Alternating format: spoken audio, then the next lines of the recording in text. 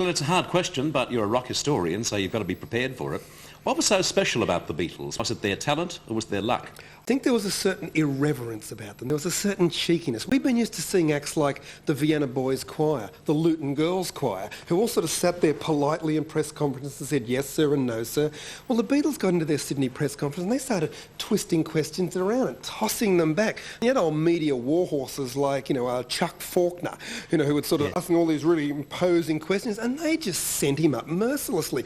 And I think that we were at the bottom of the world. We were this colonial outpost. The 60s really hadn't filtered through to us. We still really didn't know about all this new sort of like liberation attitude of lifestyle that was occurring in the big cities of the world. The Beatles were a tangible manifestation. We could almost reach out and touch them. This was the brave new world for all us baby boomers who were in fact coming of age then. But a very good friend of mine, and indeed a pioneer of Australian television, Jeff Cork, he covered the arrival of the Beatles in Melbourne for GTV9.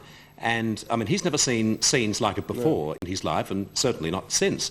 He's told me on a number of occasions, the Beatles as blokes, he actually stayed in the same hotel as them a couple of doors away, that they were very, very lonely people.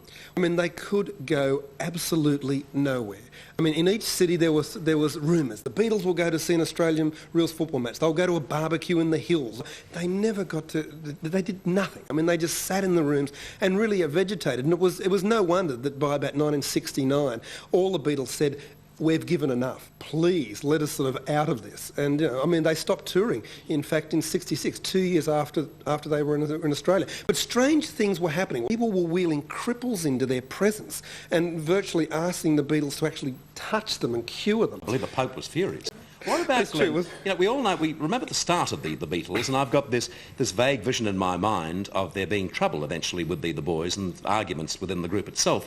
But eventually, Glenn, why did they break up?